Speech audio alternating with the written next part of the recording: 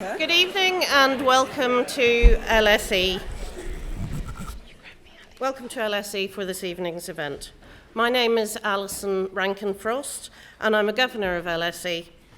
This evening's event forms part of the Space for Thought Literary Festival, which this year focuses on revolutions, marking the 100th anniversary of the Russian Revolution, but also a plethora of other anniversaries of revolutions in music, literature, international relations, politics, religion, and science. I'm very pleased to welcome our panelists to LSE today. They are Harriet Harman, Nicola Rollach, Ali Pollard, and Catherine Marcal.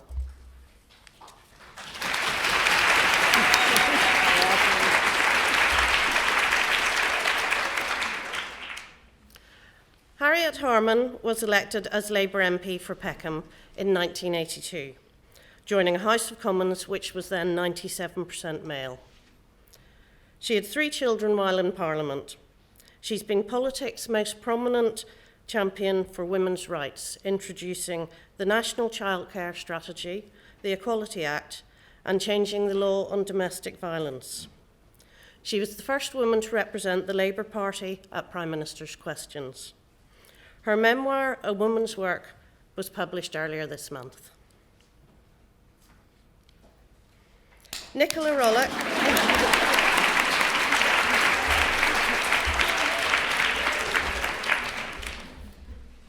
Rollach is Deputy Director of the Centre for Research in Race and Education at the University of Birmingham. Nicola is lead author of the award-winning book, The Colour of Class, The Education Strategies of the Black Middle Classes. She's a patron of the Equality Challenge Unit's Race Equality Charter, which is aimed at improving the experiences and success of faculty and students of colour. Nicola was selected in 2015 as a Woman of Achievement by the Woman of the Year Council and was included in 2014 list of Britain's most influential black people.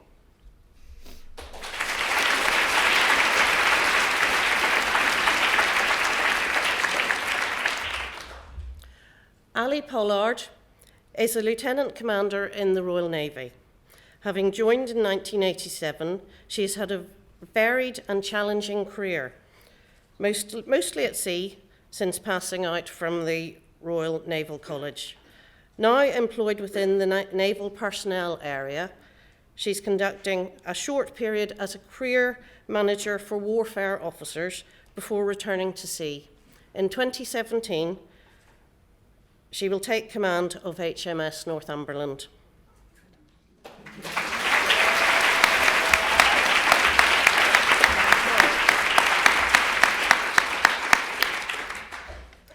Catherine Marcal is a columnist for Swedish paper Aftonbladet, where she writes articles in Swedish and international politics, economics, and feminism. She's the author of Who Cooked Adam Smith's Dinner, which was shortlisted for the August Prize and won the Lagerkrantz Award.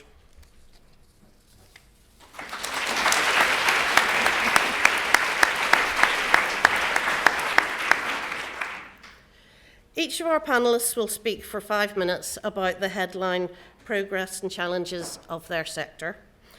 Then we'll have some discussion within the panel before opening the event up for questions from the floor. For those Twitter users in the audience, the hashtag for today's event is LSE Litfest. And I'd ask you please to put your phones on silent. This evening's event is being recorded and will hopefully be available as a podcast and video recording as long as there are no technical difficulties. All the books that I've mentioned will be on sale after this evening's event, and some of the speakers are available to sign copies of their books. So will you now please join me in welcoming our speakers.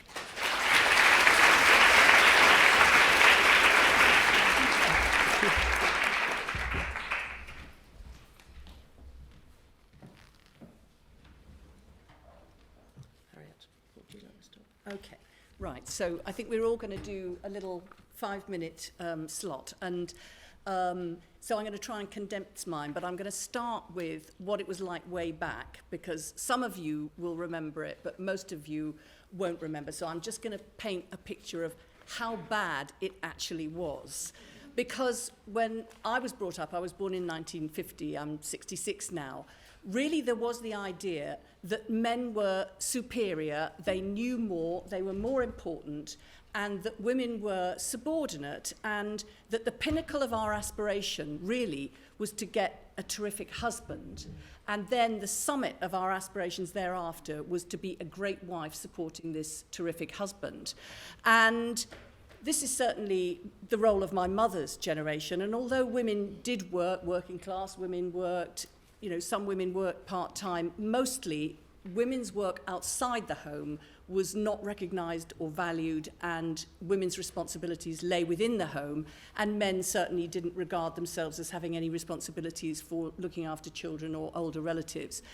And then there was the rise of the women's movement, and I was very much part of that incredible, exciting movement that said, no, actually, men are not better than women, and that saying that men are men and women are glad of it, well, we weren't glad of it. And we actually wanted to make all sorts of changes. We wanted women to be on equal terms in the law and the legal profession, in academia and the education sphere, in business, and also in politics, that actually our democracy was defective because 97% of the House of Commons were men, and they were making decisions about men and women's lives, but women were not having a say.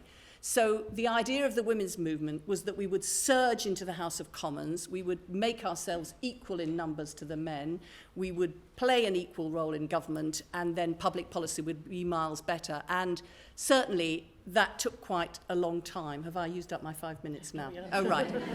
So I joined the Labour Party because that was the party for equality and for change and for progress, and got into Parliament in 1982. And then we were making that argument that there needed to be change in public policy. We finally got in 1997, and then we were able to have a National Childcare Strategy to double maternity pay and leave, to change the law on domestic violence, and lots of changes were made. However, and I'd be very interested to see how my fellow panellists see it, and how you see it, because I feel in a way we've got to a situation where most people will agree that treating a woman as unequal because she's a woman is wrong, but somehow still structures remain reflective of a time when actually women were regarded to be as second-class citizens. So we've got to the stage where, in theory, people want us all to be equal, but still making that happen in reality is quite a long way off.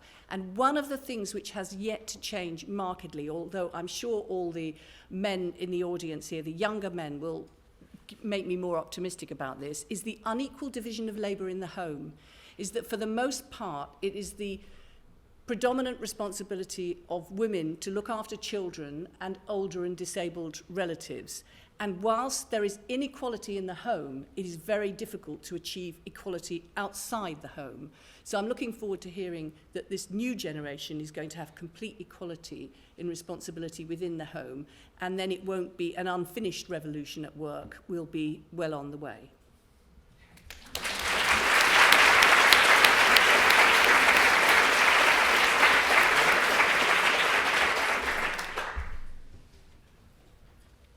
Okay, so I'm going next. So I have notes because I talk quite a lot and they're a way of keeping me anchored and focused.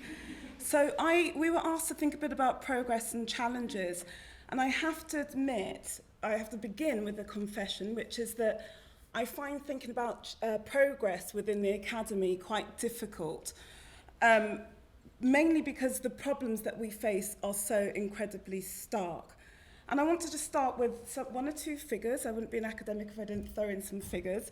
So we know that around 23% of UK professors are women, and there are a number of programs on a national platform, but also within local universities, that are designed to support the progression of women, to help narrow and ultimately close the gender pay gap. An example in terms of the Academy is the Athena Swan Award, which is run by the equalities body for the sector, the Equalities Challenge Unit.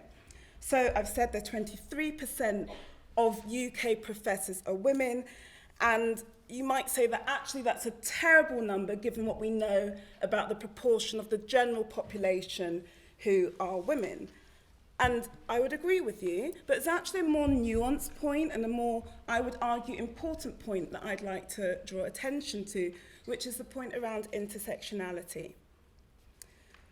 My concern is that too often debates that centre on women are really talking about the needs and experiences of white women.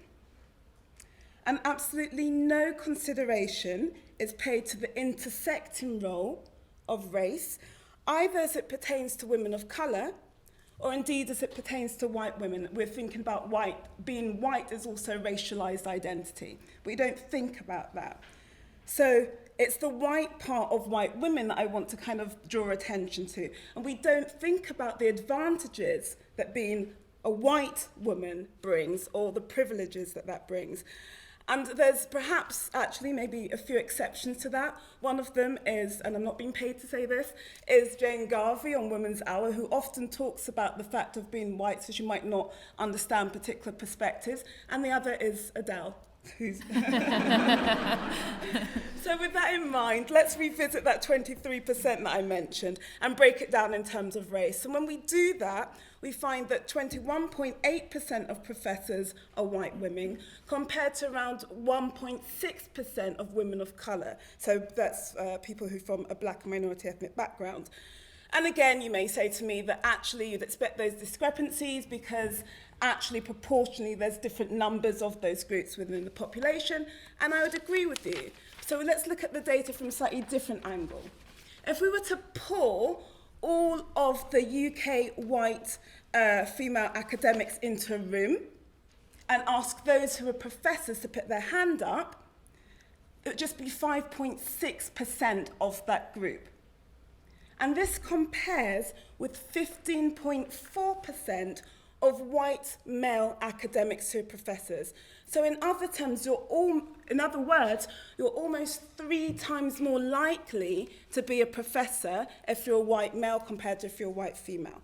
So if we take that same thinking, keep an eye on my time, if we take that same thinking and do that same kind of equation, if you like, for people of colour, if we take all of the black and minority ethnic females and put them in the room and ask those who are professors to put their hand up, just 4.5% are professors as compared to 13.9% of their male counterparts. So in other words, you're more than 3 times more likely to be a professor if you're a man of colour. And we could break that down. So in terms of black academics in the UK, there are just around 75 across the entire UK, 75 black professors, and only around one third of those are black women, which I think is absolutely scandalous. I have a long list of the things that I want to see, but I'm mindful of time, so I won't go through my entire list, and I had to restrain my list, I should say. What I would like to see is that every single initiative, programme, every time someone opens their mouth and talks about gender, that there is due regard to the intersectional element of it. One size does not fit all. I would also argue that the Academy is incredibly slow to catch up with equality and diversity initiatives that are going on in other sectors, which we may speak to later. And I'd like to see a move away from the reason that women aren't doing well is because they lack confidence and they need to learn networking, which I think is ridiculous. I have a point about whistleblowing, but I might save that for later. And I also want to pick up actually on the point around, we use the term equality quite a lot. And actually I want to argue for equity. And the difference being that sometimes you have to apply particular strategies or initiatives for groups that are underrepresented. And we don't really make that distinction, certainly within the Academy and within wider debates on equalities. And so in closing, I have a call for the white women in the room and my colleagues on the panel. I'm asking you to channel your inner Adele. So be vocal and be proactive in the fight for gender equity, yes, but also let it be a fight that includes acknowledgement that you're white and that accrues certain privileges, and also meaningful steps to address that, and let it take account of the intersecting role of race. Thank you.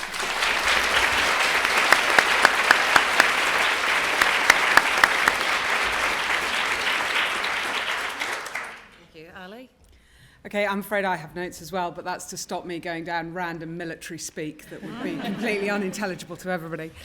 When I started this, I thought how I would embrace a bit of how the Navy has changed in a snapshot.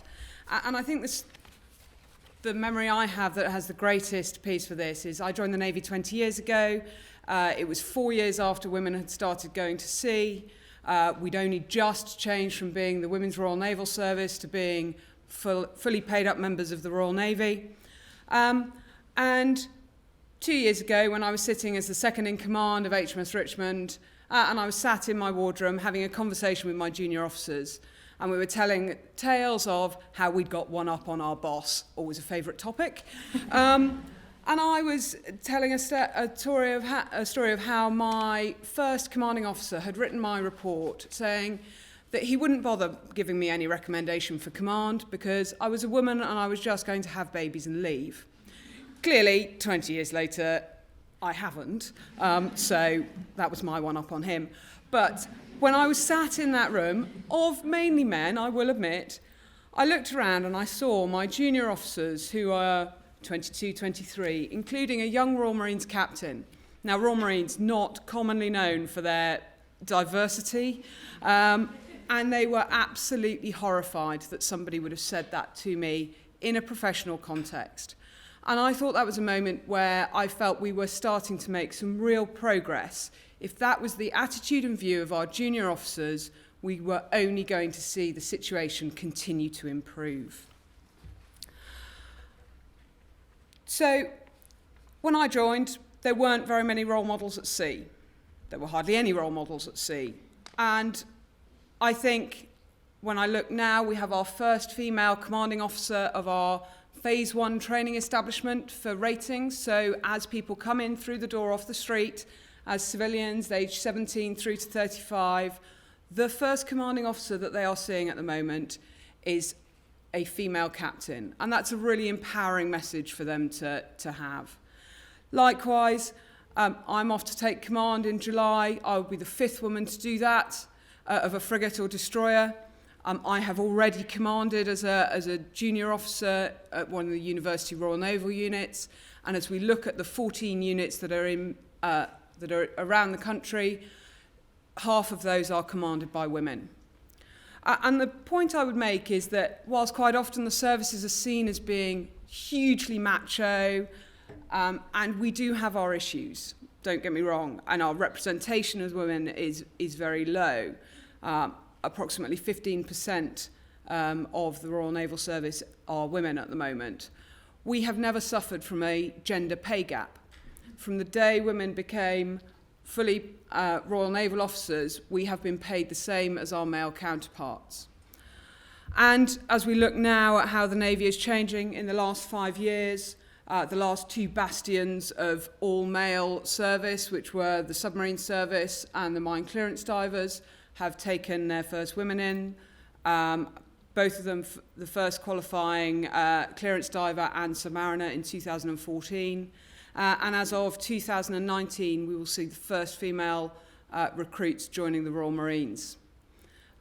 So as we move towards women in ground close combat, and they are taking the lessons that have been learnt from some of the frankly shocking things that I saw when I was first joining, which were nothing to do with structures. I would say that actually the military had looked very carefully at how it was going to structure these things. The issue was the attitudes of some of the men who, when I joined in 1997, some of these people had joined the Navy in 1970, 1965. And so their attitude was of utter shock that this establishment that they had joined, that they understood the rules of, was suddenly fundamentally being changed from underneath them. So I think that's where we are starting to see change. And I think that's me for now.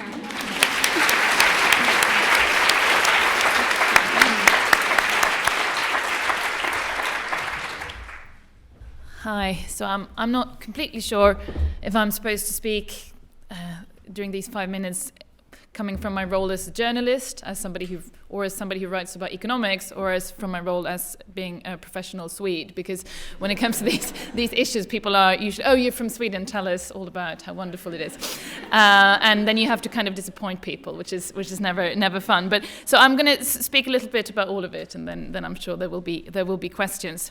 So I'm a journalist. I write about economics, and economics is a very male-dominated field. One of the stories that I often tell is when I was interviewing Eugene Farmer, who was awarded the Nobel Prize in economics a few years ago, and he comes down, it's in the old town in Stockholm, very snowy outside, and we've all set up, and he takes one look at me and he says, "So who wrote your questions?" Because it was assumed that obviously I couldn't have understood his theories, being a woman, and that is, I mean, there are lots of studies about economics, and that economics is, for example, it's harder for women within economics than within the sciences to progress within the field, and there are lots of theories about why that is. And within economic journalism, I mean, you can only look at the FT. I play this game of looking at the comment pages in the Financial Times every day and count how many days of the week all of the 5 pieces are written by men. It's a lot of the days of the week. And I think this has to do with how serious we take economics, as there are few kind of things that are taken more seriously in society than economics, and when somebody starts speaking economics using this kind of terminology, it's sort of the end of the debate, and it is a male-dominated field. In my book, Who Cooked Adam Smith's Dinner, I try to look at this, sort of taking it all the way back to the beginning and look at the theory of economics and if there's something there that excludes women. And the founding question of economics is the question that Adam Smith asks in The Wealth of Nations in 1776, which is, how do you get your dinner? We assume that there's going to be bread and meat and things to buy in the store, but for that to take place, actually, pretty complicated economic processes need to happen. So what keeps all of this together? And Adam Smith's famous answer to this question was, it's not the benevolence of the butcher or the baker, it's through them acting in their self-interest that we get our dinner. So self-interest puts the dinner on the table, and that's what keeps the economic system going. However, which I talk about in my book, if you look at Adam Smith's life, the founding father of economics never married, and he lived most of his life with his mother, who looked after the household. And probably she had something to do with how he got the dinner on the table. And did she do that out of self-interest or for some other reason? And since then, economics has been called, even the science of self-interest. And the work that was not done for money out of self-interest was not considered work, or not even considered economic activity. And that is in many ways still the case. So work within the home, care work, etc., unpaid work, is still not counted as part of GDP, in spite of feminist economists fighting for this for 40 years, or something like that. It's not happening, it's not measured, it's not valued. And the devaluation of care work is, a big part of this story. And women's progress was made. Women, came out on the labor market, but the contradiction with who's gonna do the care work at home, which Harriet was talking about, is not resolved, not even in Sweden. And obviously, intersectionality plays a big part if you want to understand this, from an economic perspective. Who looks after whose children, and what race does that person have, and how does that kind of tie into the chains of global care chains that sort of follow the global economy, where women move from one part of the globe to another to look after other women's children, etc., which is a massive part of this sort of globalized economy. And this contradiction between, in some way, competition on the market and care work is something that every society needs to resolve in order for women to progress and get ahead. And not even Sweden has resolved this issue. So Sweden is famous for its family policy. There's a story about an American tourist in Stockholm who walks around in the city, and then after half a day sort of asks her host, "What's up with all the gay nannies?" Because there are so many men pushing prams in Sweden. And around 90% of all men in Sweden take some paternity leave. And I think of all the paternity, the days you can stay at home, men take about 25% of them, and there's been a lot of progress done in the last 10 years. And Sweden invests around 4% of GDP in this and in childcare and affordable and very, very high quality childcare, and gets this back because when you invest this kind of money, more women stay on the labor market even after having children and then pay tax. So it sort of funds itself.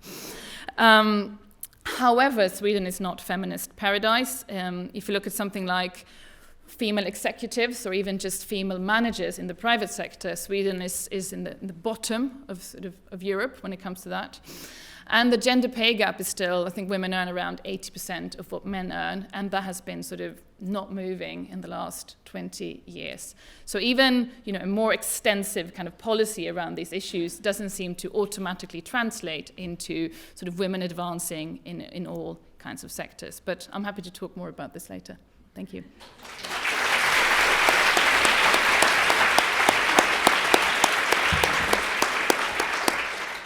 Thank you. I'd like to explore some of the points that you've raised a bit further. Ali, to what extent do you think that progress of women in your sector has been affected by predominant cultures and behaviours as well as by the role requirements? I think it's been hugely affected. The role requirements, I think, as soon as women started going to see the role that we were expected to fulfill professionally was exactly the same as our male counterparts. However, the assessment, the somewhat subjective assessment sometimes, particularly in the earlier years, of a woman's capability to fulfill those roles was definitely pretty negative. I think as we see society's attitudes starting to change, as we see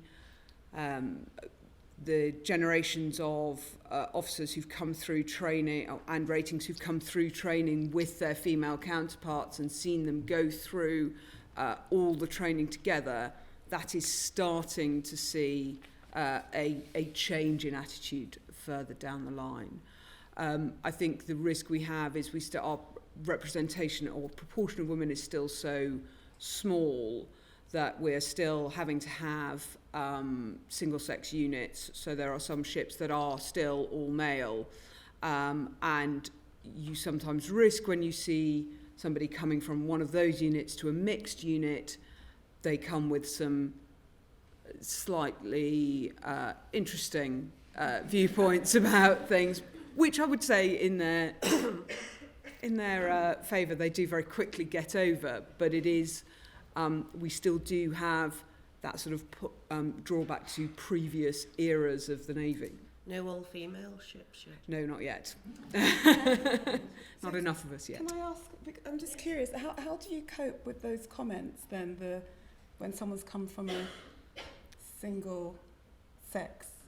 Or do you have particular strategies? Generally, my response is yes, and they even let us drive warships now.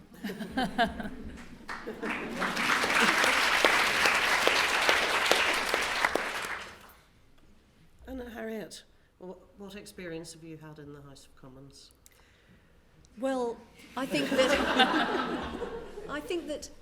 that the point that you were making, Ali, about how people had, joined the Navy in the 1960s, and it was how it was, and that was the sense of security of the institution.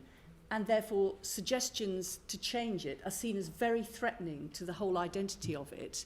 And Parliament had been 97% women, and sort of 3% had been the level of women since about the 1950s. It's sort of, that's the correct amount. Some would get in, but only 3%. And the idea from the women's movement is that we should be on equal terms as men in decision making on public policy and in government, was regarded as very threatening by the men, because it was like we were criticising them and saying that they were not representing the women in their constituency properly, or they weren't good enough as MPs, or that they were all going to be pushed out. So it was perceived by them to be a full-on attack on them, and that caused a full-on backlash. So it was a very hostile atmosphere, and to be having a baby while you were an MP, or 3 babies, was regarded as absolutely egregious. But on the other hand, outside the House of Commons, there was the women's movement. And to share this being part of an enormous women's movement, who were all trying to make advances for women in all different sectors, it meant that there was voluble support. Although I was very isolated in the House of Commons, there was voluble support from members of the Labour Party, Labour councillors, women working in trade unions, just women generally in the women's movement. So I think it is hard to be a pioneer, and part of the theory of the women's movement is that you do things collectively. It's about the sisterhood, and actually the job of being a pioneer then, if you're in a women's movement, is to make sure that lots of other women come in as well, and that you are not the only one, because then you can make changes which benefit all women. But if I could just pick up the point about intersectionality that Nicola made, I think that inequality operates in so many ways, doesn't it? It operates on the basis of class, hugely. That class inequality is a big obstacle to equal outcomes and equal opportunity. It operates on age, and there are some things that it's perfectly fine for younger women to be doing, but actually not all right for older women to be doing. And it operates in relation to race, and it relates in relation to disability and sexual orientation. And I sometimes think that whatever we do that challenges inequality, it helps challenge all inequality, actually, because you're trying to challenge the status quo, and once it opens up and starts to begin to change, it's better across the piece. So I think, you know, there are some people who campaign on sexual orientation and on gay rights and don't campaign on disability discrimination. But I kind of feel that they are still part of the wider cause of campaigning for equality, and that's okay because it's all trying to make progress. Do you see what I'm saying? I see what you're saying, and part of me wants to agree with you, but it's not my experience, and it certainly isn't the experience of women of colour within the academy. And it's also not the experience of women of colour, and I know there's a question about this later, but I'm going to just wrap it into now, in terms of other sectors that I speak to. So what you often find is that there may be events or initiatives that are to do with women, or that's kind of positioned as about gender, but they're not speaking to my intersectional experiences. They're not talking about the experiences of women of colour, which would include, I mean, the classic, if you like, are comments about hair. And how does one, I asked a question about how do you respond, because I'm really interested about how women of colour manage and respond and survive in spaces in which we're the minority, not just in terms of, in a kind of intersectional way. If I think about the university sector, the people who run the universities are white men. So I sit in opposition to them in terms of both my gender and my race. But actually they're more white women. So the events that happen, the women's movement, if you will, that happens within the sector is a white women's movement. It's just the fact it doesn't have the word white up front, because we don't really talk about what it means to be white. But actually there are a number of advantages to being white, which is, and one obvious example is that you can go to an event and be invited on a panel and know there'll be other white women on the panel.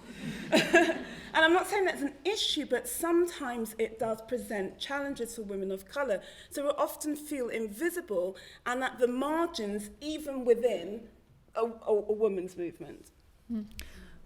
A wake-up call for me in regard to all of this is, yes, haven't you been thinking about this? Ivanka Trump. Ivanka Trump is publishing a feminist book later this year. And, women who work. And to me, it's just been like, okay, if Ivanka Trump can publish a kind of, white feminist, lean-in book, what has happened to the feminist movement if the label is if she can do that?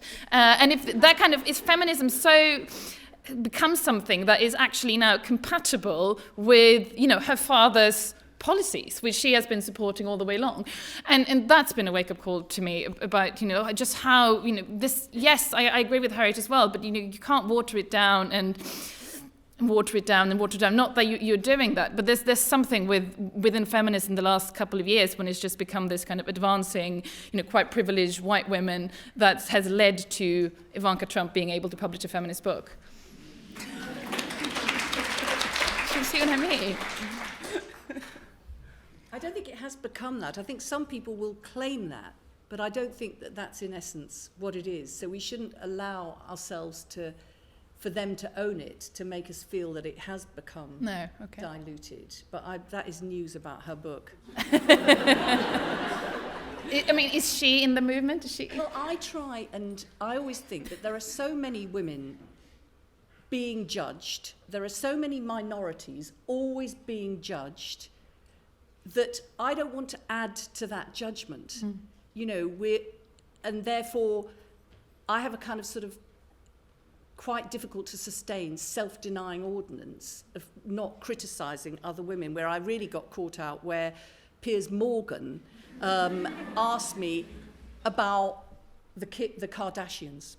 And what he obviously wanted to do. I was on a programme to talk about childcare or something, but, he wanted me to get into, Harriet Harman slags off the Kardashians to make a bit of news. And I just thought, well, I'm not going to play that game. So I thought of something positive to say. I just said, well, they're a matriarchy. That's better than a patriarchy when all's said and done. And good. That they are sisters and they don't have dependency on men. So I thought of a few things to say. And then, of course, it was Harriet Harman completely supports the Kardashians. So it's like, I think that in a way, there is a serious point here, which is that it's quite easy for us to be judgmental. And actually, we are the victims of being judged all the time. And therefore, we are trying to be as good as we can, trying to fight for the progress that we can. And it's probably better to support what each other's doing rather than to find fault with it. But I'm going to have to stay right away from the Piers Morgan show when Ivanka Trump's book is published. There's no doubt about it. And I do feel worried about the idea that somehow now women have all got to be very, very tall and very, very slim and have long blonde hair. That is the kind of visual thing that's going on with the kind of Trumpocracy. It's quite alarming. I'd like to return now to something that both Katrine and Harriet were talking about, Nordic cultures. There's an emphasis on shared parenting more in Nordic cultures, and in other cultures there's an emphasis on the family being involved in caring. And as Harriet says, in the UK, there's more of an emphasis on women being responsible for caring for families and other caring responsibilities.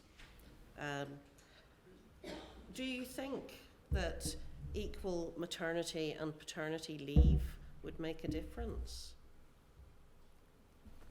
I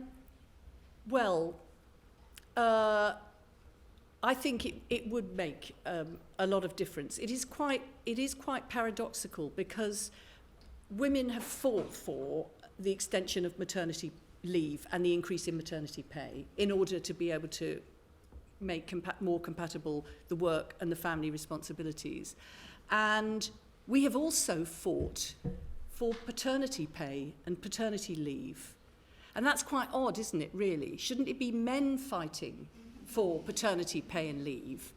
And often men will say, but it's very difficult because we can't play an equal role in the family because paternity pay is not high enough in order to enable us to take that time off work, and that is a fact. But then I say, well, where is the men fighting for that? Where are their voices fighting for that?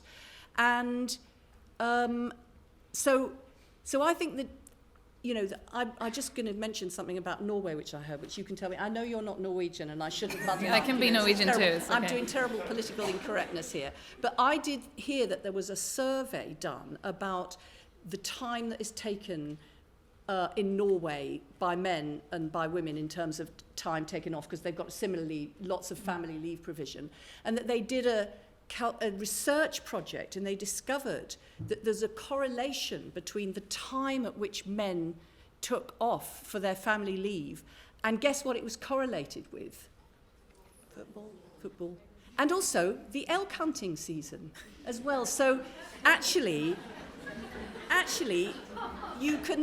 it's got to be more than just making it possible.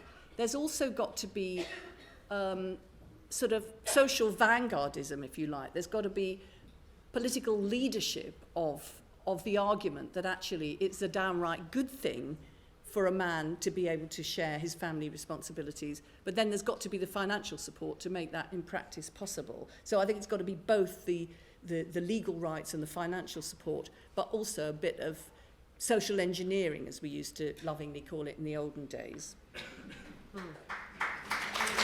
Yeah, comment. I mean, I've heard that, the fact that it correlates with the moose hunting season about Sweden as well. So I think, I mean, I tried to look it up, and I think it's a little bit of a urban myth or fake news, as Mr. President likes to call it. I think it did a little bit in the beginning, you know, when the Nordic nations in the early 90s started with this, but there's been tremendous progress done since. And the thing that has made the most progress with that is actually sort of tying months. You know, in Sweden there's 3 months that are tied to the father, that if the father doesn't stay home with the child during those 3 months, you know, you don't get those 3 months. And that has made the biggest sort of change in sort of men actually spending time at home with their children. And now the debate in Sweden is about, women get to, I mean, in sort of middle classes, professional white people in Sweden, the norm is the woman takes the first 6 months off, and then she goes back to work, and the man takes the next 6 months. And now the discussion is about, that's not really fair because, you know, the men get the more fun bit, and so that's where we are in Sweden. So yes, I suppose that is progress compared to Britain. But I mean, the point I do want to make about this is I think it's tremendously important. Because it's shown to correlate as well with, you know, if you stay home with the child in the beginning, you do take more responsibility even later on, because you sort of, it's all about gaining confidence with the child, and, you know, I'm able to do this, and it's a lot about that. So it also seems to correlate with a more sort of equal division of housework later on. However, it's not sort of the holy grail of sort of fixing everything. I mean, that's what the Nordic experience has shown, that we do invest so much in this, but it doesn't seem to fix, you know, for example, women's progress in the private sector, where we have huge problems in the Nordic nations. And, you know, you can talk, you know, some people say that is actually tied to the very generous parental leave as well, because women take so much time off work that it's hard for them to then sort of get into a management position. But that's an open debate. And also there used to be an assumption that sort of a high representation of women in politics would automatically lead to high representation of women in sort of other sectors. And the Scandinavian nations doesn't seem to quite prove that either. I mean, Sweden has had 50-50 in parliament since quite a while now, and 50-50 in government since sort of early 90s, but that doesn't seem to have translated at all into sort of progress for women in universities or women in the private sector again. So it's more complicated than that. This is just some kind of holy grail, but it's still very, very important. Ali, you were talking earlier about the equal pay that has been available since women started in the Navy for doing the same jobs. And Nicola, you were mentioning not so much in academia because it's harder to see what's happening. Do you think that the requirement for employers to publish the pay of men and women will increase the rate of change for equality of pay? In academia?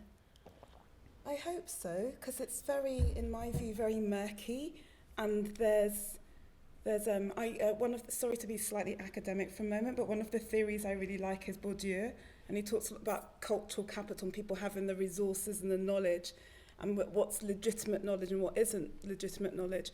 And there is a lot within the actual sector that kind of really speaks to Bourdieu's work. And what I mean by that is there's a lot that's really hidden. So I've only kind of learned in the last 5 years or so that in order to get a pay rise, so I can make a case, that's if you know that there's a particular panel within your university for making the case, that's if you know that. But also sector-wise, you're most likely to get a salary increase or be able to negotiate one if you've applied to another institution, and you can then use that to negotiate a counter offer with your existing institution. So you have to, but that in itself seems to be based on slight inequality in the sense that, I mean, we know that women and faculty of colour are more likely to be on short-term contracts and their particular kinds of projects, so there's not so much scope for negotiating a salary when on that kind of contract. So the whole sphere and type of employment is quite messy, and it's quite, if you look at the Higher Education Statistics Authority, that their data, you can see that there's fewer women, and certainly there's fewer faculty of colour who are on permanent contracts. And also, even though we pretend that everything is nice and equitable, there is still a lot of judgment about new and more established universities, so the elite universities. So there's a lot of quiet snobbery about the types of universities you're working at. So all of this is happening, and you're trying to work out how do you best position yourself as marketable, because it's a market economy ultimately. So you're trying to work out how to position yourself as marketable in order then to be more sellable on that market. Can I just mention that the idea of the pay transparency and firms above a certain, organisations above a certain size, having to publish every year the gap between the average hourly pay of men and the average hourly pay of women in that institution, was to tackle the idea that everybody said, oh, unequal pay is terrible, but that's not what happens here. And then what's going to be important when this is now coming into effect, and all organisations, including universities, will have to publish this, is for what we do about it, because to make sure that that information is out there, and then it won't be about whether or not you go in and actually say, I've seen another job somewhere else, and therefore the organisation will be thinking, we are behind in that our pay gap is bigger than this institution, and we better sort out how we narrow it, whereas some women, we better start giving them some pay rises, because once you can compare different institutions, then there will be a big pressure from within those institutions, and people will be able to say, why are we not improving year on year in terms of our pay gap, and why are other institutions in this sector doing so much better? And I include in that political parties. The Labour Party will have to publish our gender pay gap, and the Conservative Party will have to publish their gender pay gap, because we've got more than the employees, it makes us an organisation that qualify to actually have to publish it. And then we'll all have to be walking the talk, and women will have to be hurriedly forced to have pay rises, because it will be an absolute embarrassment. And what can they say? Oh, well, just the men in this organisation are just so much better than the women, and that's why they just have to be at the top and have to be so much better paid. It will be quite problematic when this information comes out. It's going to be a big, effective lever. And I want it to be that. I worry thinking about how institutions respond to policy, I worry that there'll be a kind of sanitizing argument that's made for why the gap exists. Which, you know, it'd be like, well, we've lost X number of women in the last year or so, but it's because they were really great women, which means they were marketable, so they went to other universities, and that's what I think there'll be some rationale that institutions use to justify the gap. And I suppose what I would want to see in my sector is that, so we're in a situation where this gap's published, but I'd like to see criteria around the gap incorporated within existing initiatives that matter to the sector. One being, just as an example, the National Student Satisfaction Survey. And irrespective of what your views are about the survey, universities take that really seriously. So if you were to incorporate a question that spoke to the gap within that, I think it would boost or encourage them to take the gap and how they explain the gap and address the gap far more seriously. Yes, it will be interesting to see if publishing the gender pay gap statistics will affect recruitment into some of these companies and organisations.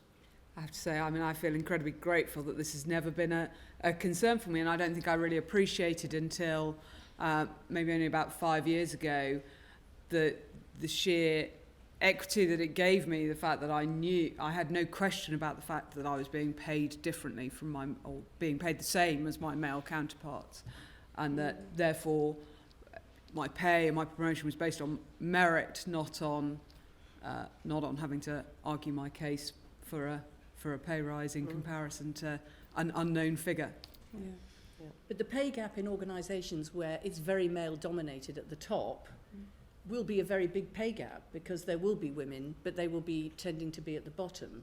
And in that case, it will challenge that organisation. Well, how can we make sure we get those women from the bottom to the top? And how can we make sure that we don't lose them when they go off and take maternity leave? And how can we make sure that even though they're part-time, they aren't then just overlooked and regarded as not properly committed? So it kind of sets up, once that information is published, and I hope, you know, in the academic world, as well as in the political world and, you know, the private sector and everything, that those simple figures, that everybody will know what is the LSE's pay gap and how does it compare with King's.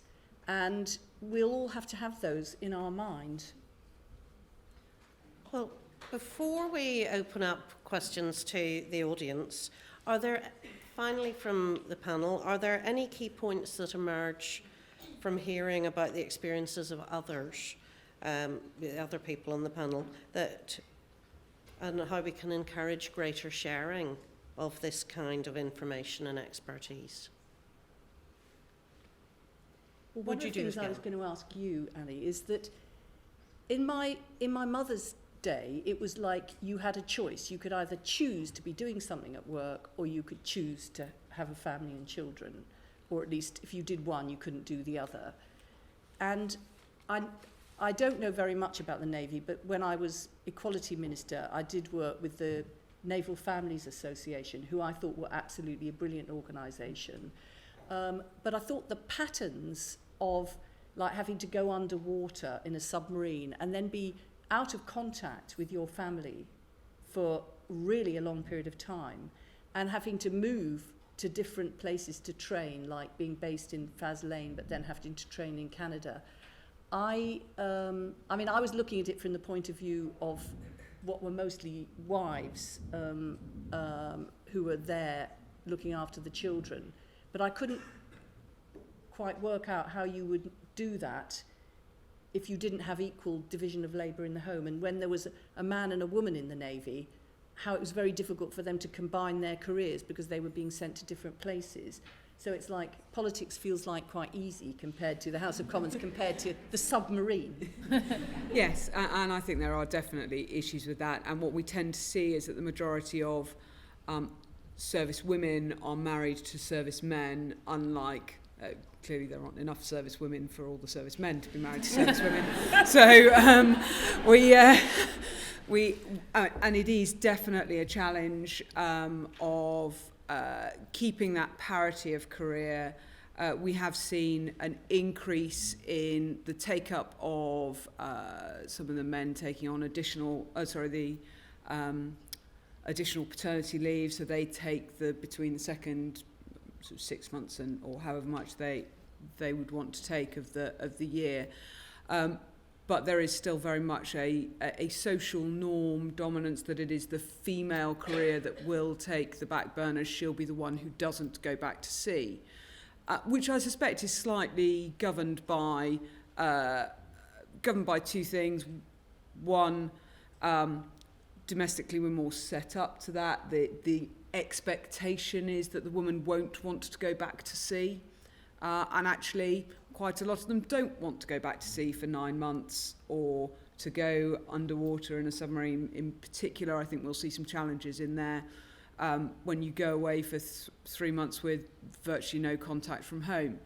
And it's a challenge that I think we're going to have to continue addressing as we see more women coming through. And I'll be honest, I don't know how we get round that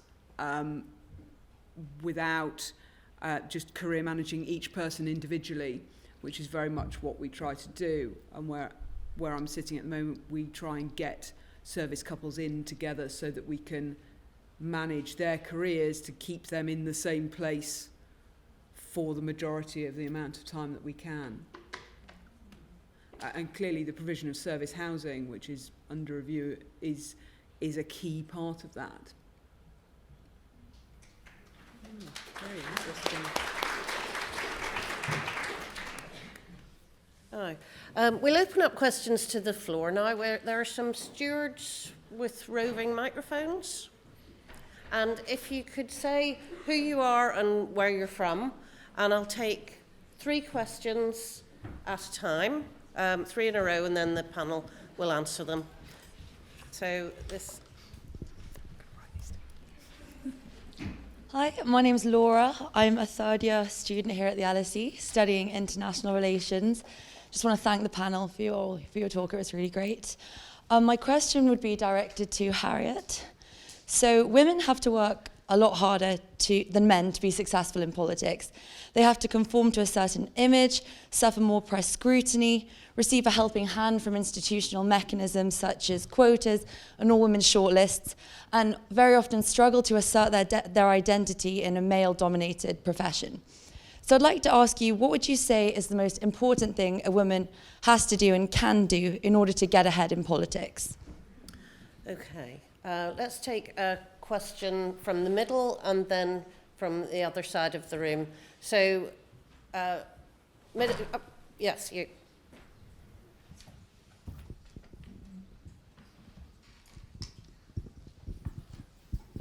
Hi, I'm Emma. I'm a master's student from South Africa.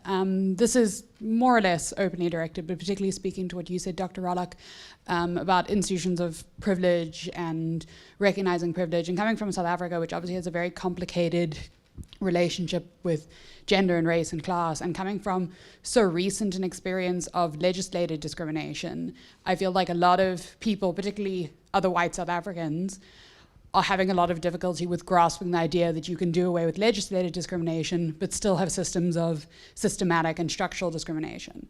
And it's particularly true in terms of intersectional issues, and these are coming to the fore now in South Africa. But I mean, LSE loves to make the economic argument for something. But I feel like a lot more needs to be done in terms of those norms and those attitudes, and saying, no, we must treat women fairly because that's the right thing to do, rather than say we should treat women fairly because if we're paying them more, they'll be contributing to the tax base. And I think it's an issue that I think, to my mind, spans a lot of intersectional issues, and something that, coming from South Africa, I feel like a lot of people are really not grappling with. And coming to London, which I thought would be potentially a more progressive space, was quite struck by how many people, especially how many white women and white men, fail to interrogate that, which was quite astounding to me. Thank you. And a question from over this side. Yeah. I think my general question is about your advice to women in work today, where the balance might be between dealing with the reality of the situation at the moment and getting towards the change that they would like to see. And I had two very quick examples. One was of a friend of mine who went into a performance review, and she's a junior, and she got told basically that she needed to lower the register of her voice because her voice was very high compared to all the men in the room. And she really struggled with that. Like, do you follow that advice because it'll help you get ahead, or do you go, well, no, that's my voice? And and another example was not someone junior, she was senior, she was the boss. And she was chairing a meeting, and a guy said to her, said something along the lines of, well, she said this, but she's a woman, so take that with a pinch of salt. And my friend, who's very nice, didn't know whether to sort of say something at that point because she didn't want to make the man feel silly. But she really could have, she could have absolutely taken him to task because that's not acceptable. So my point was just, where do you think the balance is? Okay, thank you. Do you want to, you're ready. Do you want to start now? Am I ready? Yep. Okay. Do you want to answer a question directly addressed to you? So responding, because it was a statement, Emma, wasn't it? Just an observation. Yeah. What more can we do? Like, how can we? Oh. I think the issue with the UK is that, and I'm speaking more pre-Brexit, but it certainly still is the case today, is that we really laud this notion of being tolerant, which is a word I absolutely despise, because it suggests putting up with these kinds of, these people who are getting in our way, and if only they would integrate, for goodness sake. What's wrong with them? And they keep going on, also, some of us keep going on about race. And I think the issue with the race per se is that it makes people deeply uncomfortable. And it's not something that we are even comfortable in acknowledging. So, as someone for whom this is a specialism, and I also I'm a woman of colour, I get positioned in a very particular way. So, and that's a constant issue, and it does connect with the point that was made over here. There's a constant issue about how one is positioned and how you manage and negotiate that. I mean, I was really taken by the points you made earlier at the beginning, Harriet, around the resistance to the women's movement in terms of the political arena. But actually, I would also say that in terms of race, the resistance is there.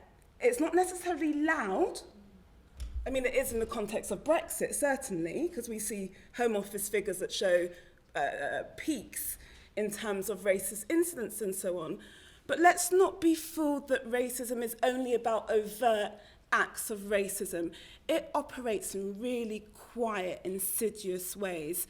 It operates in terms of, and this does overlap with my white female colleagues, in terms of the ways that you're spoken to or ignored at meetings, in terms of the way that you're told to change your voice, in terms of the amazement, if I dare, change my hairstyle, and the attention that it gets, and oh my God, how long did that take? And actually, those little acts, which in the literature, and we don't talk about it in the UK. I can go on, by the way. I'll try and be succinct.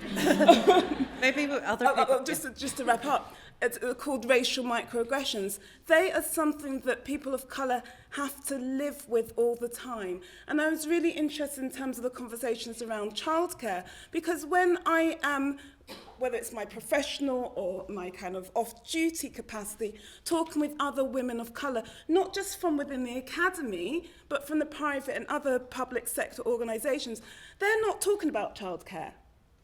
They're talking about their work, about being undermined, their work not being valued, about their skill sets not being valued.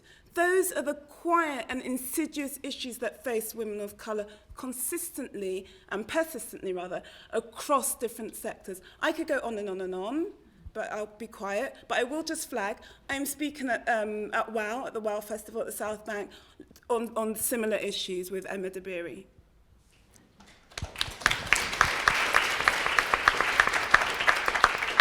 And just Catherine and Ali, have you had any of those experiences where you've been asked to change your voice? Or even your hair? Yeah, I mean, with the with the thing about having to change your voice or the belittling comments to her as a leader, you know, I think that's something, changing yourself is never going to work, because if you are going to lead and you are going to have that position of responsibility, you have to be yourself, because when you are under time of stress and tension, if you are also trying to be something else, then you will have to be superhuman to succeed. I mean, it's that bit from the X-Men film, isn't it, when he drops the weight on Rogue and she has to change back to being blue to stop it falling on her. You know, but it's that basic, that if you are trying to hide a part of you, you cannot fulfill your potential. And I think you must say something, however much you worry that it's going to belittle the man that said it, because let's be honest, he's belittling you by saying it in the first place. Now there are ways and means of doing that as well, and slightly sarcastic humour, I think, can be quite an effective way, because it allows a diffusion of the situation at the same time. No, I completely agree, and I completely agree. And the thing is, I mean, even if someone will ask you to do this and another person will ask you to do that, you're never going to be, you know, right. And a woman is never right. You're either, you know, too masculine or too feminine, or too ugly or too pretty or too fat. Or, you know, it's always going to be something. So you might as well not try. And regarding to sort of comebacks, one thing that I sort of have used is just to sort of ask somebody, you know, oh, what do you mean by that? And then they say, oh, I just mean lowy voice. What do you mean by that? And often, you know, after 3 or 4 sort of comebacks like that, they actually kind of realize what they're doing, and that has worked for me. And then I think I didn't do it with the Nobel Prize when I was too intimidated. I did shame on national television afterwards, though. That's another big thing.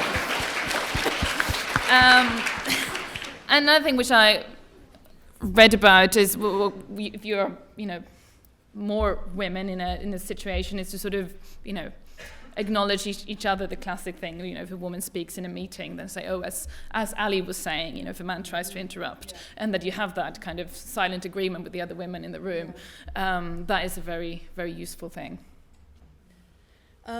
So, Laura, just picking up on your question first, I think that the way to go forward in politics is to know why you want to be in politics. And I think sometimes, especially conservative women, talk about politics as a career. And I think that it's not a sort of career, it's a cause, it's a vocation, and it's not just a job. You've got to be in it because you know what change you want to make and what you want to do. So I think that that is the most important thing. Learning how to do it, well, you know, there's no right way to do it, and everybody does it in their different way. But I think knowing what you want to do is incredibly important. And your point up there, sorry, I didn't catch your name. Sally's point. Honestly, the amount of time I've spent lying awake at night worrying about whether or not I've made too much of a fuss or not enough fuss. And it is very, very difficult, because if you're in a room of a majority of women and like there's 3 men there and some prat of a man says something, you can just slap him down and that's fine. But if it's a room which is all men and you're kind of on your own there, then it's much more difficult. And I'll just give you a couple of examples, because one was when we had the G20 after, when Gordon was Prime Minister and we had the global financial crisis, and they all came, Obama, Barroso, you know, they all came to London to be working about what to do with the G20, the global financial crisis. And I was in the cabinet at the time and deputy leader, and my office said to me, oh, you know, you've got the invite for the G20 dinner. So I said, oh, that's great. They seemed looking a bit hangdong about it. And I said, and they would go, it's not great, actually. So I said, well, why not? And they said, you've been invited to the wives' dinner. Oh. So So then I had to sit down with the women in my team, because most of my team, well, they were all women, and have a political discussion about whether it was right to say to the wives, I'm better than you because I'm elected and I'm a real person here in the G20. I'm not just a wife, and therefore I'm going to reject this invite. I'm too good to sit with you at the dinner. Or whether or not I should say, I might be a woman, but I'm actually nobody's wife here. I'm actually the deputy leader of the Labour Party and a cabinet minister. So anyway, we had to have this long doctrinal discussion about what to do. And we decided that I couldn't be rude it would be unsisterly to be like rejecting all those women as I was too good to sit with them. So I went to the wives' dinner, and there was then a wives' photograph where we were all photographed together, and I was like the not wife. And then I sat next to the Canadian Prime Minister's wife, not Justin Trudeau, sadly. And we talked about diets all night long, and I mean, it was really awful. And then, so that was just, and then there was another occasion where the first cabinet meeting after I got elected as deputy leader, and what happens is, and you'll all find this in your work and situation, seating arrangements are important. And who is powerful in a room and who's sitting in whose eye line and next to who tells a big story about what is going on in the room and shapes the decision. Okay, so the cabinet, as you can imagine, is absolutely tops in that sort of Kremlinography. So the Prime Minister sits here, and right in front of him/her is the Chancellor of the Exchequer. On one side is the Foreign Secretary, on the other side is the Home Secretary. So, right in the eye line on the other side of the table. And then next to the Prime Minister is the top civil servant running the entire civil service, sitting right next to the Prime Minister. And on the other side is the Prime Minister's deputy. So when I got elected as deputy leader and I won the flipping election and actually got elected deputy leader, then there was the first cabinet meeting after I'd been elected, and I went toddling into the cabinet. And it was a new cabinet because it was Gordon Brown's first cabinet, so there was name places in the table. And having been in the cabinet before, I thought I would be in John Prescott's seat, which is sitting next to the Prime Minister. And actually, it was like the three bears, who's sitting in my seat, is that the name tag said Jack Straw. And the person sitting in the chair was Jack Straw in my chair. And then I looked down to see where my name tag was, and it was almost in the next room. It was so far down the table, there was light would hardly reach it. And I thought, okay, am I going to start by the first cabinet meeting with everybody's arriving? Gordon is Prime Minister for the first time. It's his first cabinet meeting. Everybody's newly Chancellor of the Exchequer, newly Home Secretary and everything. Am I going to say, point of order before we start on the business, Jack Straw sitting in my seat? And, I should have done, but I didn't. And it was like I slunk down to the end of the table, and then, of course, we had to have the photograph at the first cabinet meeting, and everybody's all lined up. And you're lined up according to the places where you actually sit. And once again, I was right down in the twilight.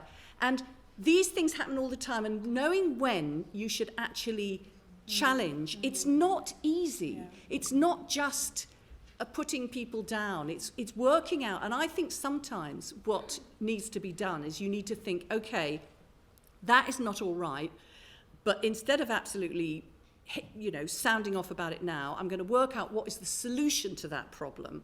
I'm going to get a lot of my sisterhood fuming and angry on my part, and then either me or them is going to insist on it changing. And that is the story that should have happened as well about me not being Deputy Prime Minister ever. That basically, I was not appointed Deputy Prime Minister. I should have said, look, I am Deputy Leader, just I need to be made Deputy Prime Minister and let's get on with it. And I didn't, because the moment never seemed right. First of all, there was floods in the west of England. Then there was blue tongue disease ravaging sheep in Yorkshire. Then there was the global financial crisis. And I never felt the moment was right to say, can we talk about me now and the fact that actually I need to be Deputy Prime Minister? But actually, I should have done. And if it was any other woman, I would have kicked the door down and say, forget about the blue tongue disease. She should be Deputy Prime Minister. She's been elected. And the trouble is, you're always trying to make that balance. But I would say, never just let it go by. Think about it, talk to your sisterhood, and have a plan. That's what I would do. I didn't do that enough. But, you know, my next life I would have done.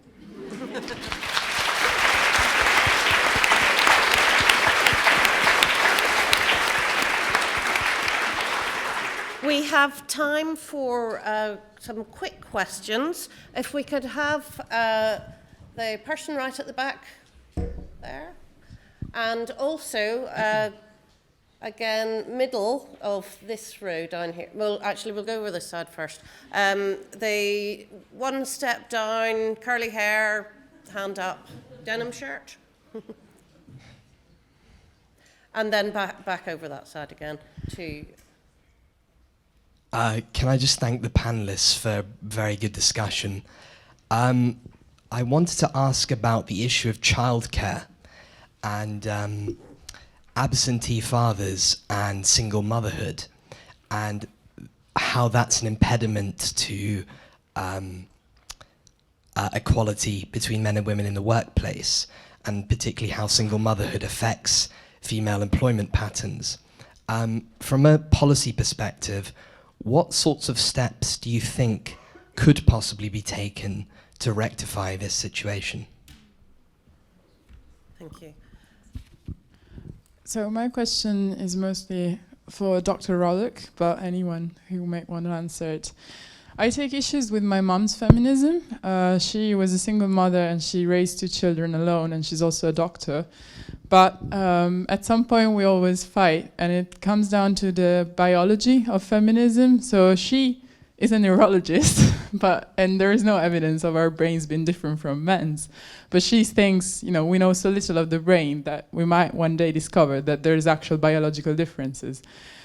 And she makes the argument, somewhat irrationally it seems to me, that women are more caring and more multitasking because we are women, and men, you know, it's a bit along the lines of what you said before. Men may be more able to put themselves forward because they're more self-assertive or whatever. And I have an issue with that because it means that you can never kind of defeat these stereotypes, and they pigeonhole you in your gender. So I was wondering, to what extent, she actually makes the argument it can be useful to make these distinctions. I was wondering, to what extent do you think that biological arguments on different gender equalities are detrimental or positive for the cause of equity? Thank you. And last question over here. End of the row near the wall. Thank you.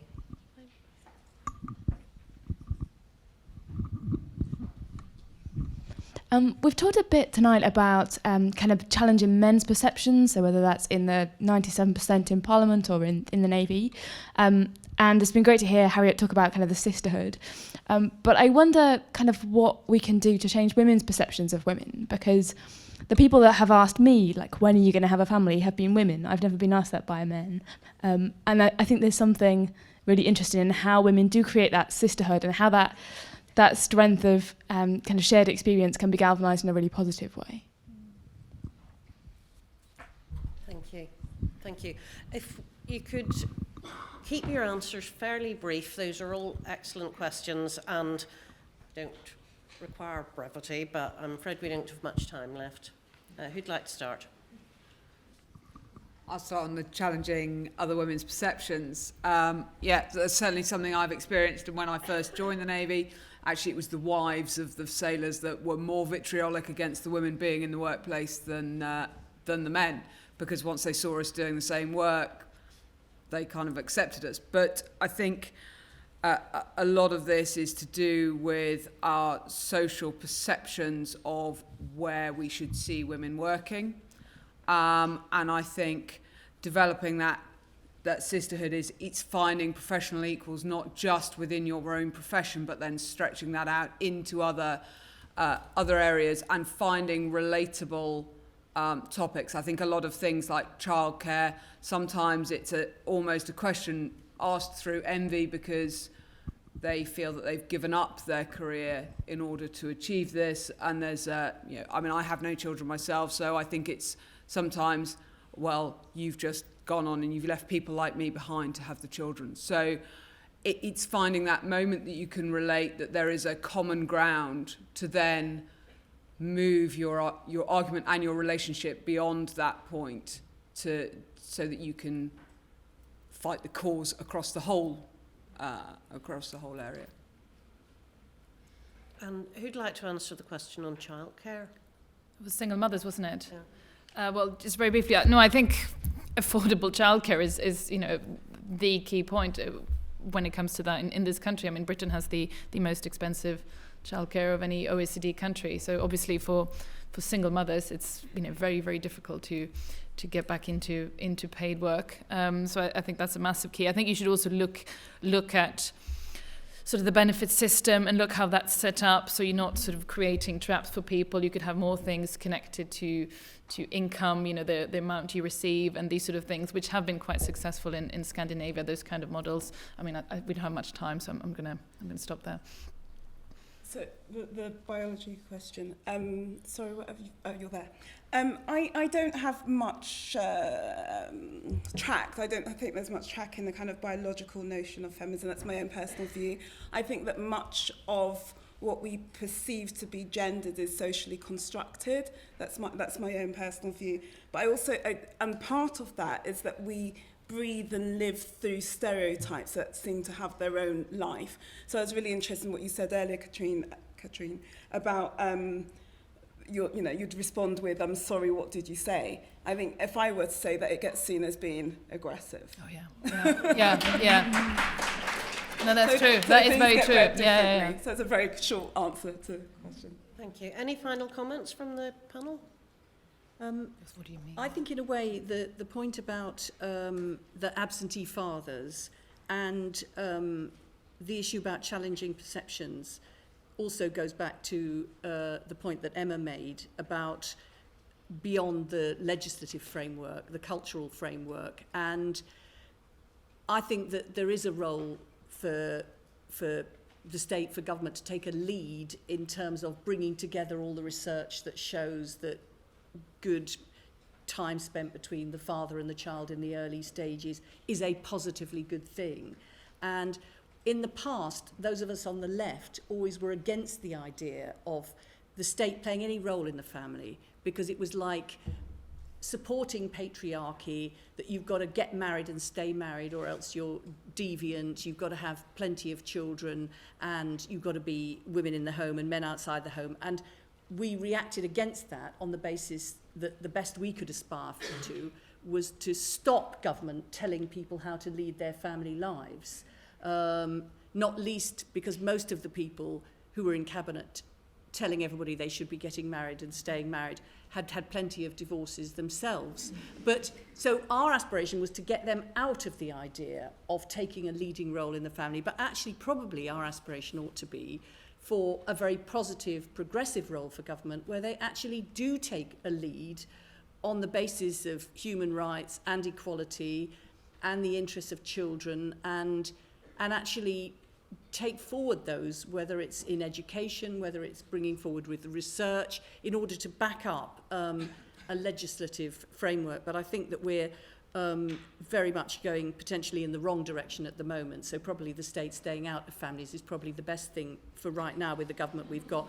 But as for the biology of feminism, I would love to hang out one supper time with you and your mum having that discussion. It must be absolutely incredible. But I agree with Nicola. I think that it's so socially constructed that men don't often have a chance to get in touch with their caring side, and women don't necessarily be allowed the freedom to assert their more ambitious and working side, because they're immediately regarded as strange, threatening, and unpleasant.